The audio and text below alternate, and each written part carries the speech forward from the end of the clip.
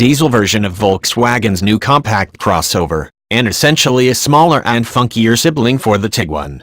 As tends to be the case these days, the T Roc has been designed to combine the contradictory design traits of an SUV and a small coupé, sitting tall but with a low roofline and narrow glasshouse.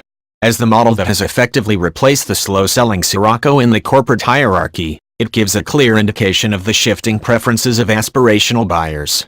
It's not long since a car in this segment would, given a choice of fuel type, be overwhelmingly chosen with diesel engines. But times have changed, and Volkswagen reckons that just 1 in 5 of the T Rocs sold in the UK will pack one of 3 available diesel engines, with that low figure driven by the fact that a whopping 3/4 of T Roc sales are likely to be made to private buyers rather than fleets. The trio of TDI engines are all familiar from elsewhere in the Volkswagen clan, and have power outputs that exactly match those of the 3 petrol engines. Base spec will be a 1.6-liter engine with 113 bhp, and which will be available exclusively with front-wheel drive and a manual gearbox.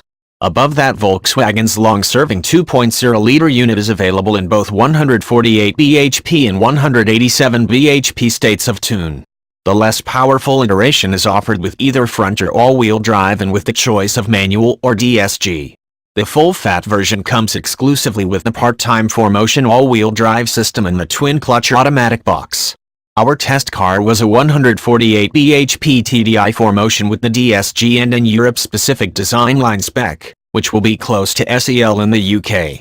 Pricing hasn't been confirmed for diesel versions yet, but Volkswagen assures us that it will be competitive given the generous standard kit, which will include 2-zone climate control, radar cruise control and a suite of active safety systems. Beyond its funky name, there's little to suggest that a huge amount of imagination went into the creation of the T Roc. While the design is both distinctive and reasonably handsome, underneath lies another stirring of the familiar porridge pot that is the familiar MQB architecture.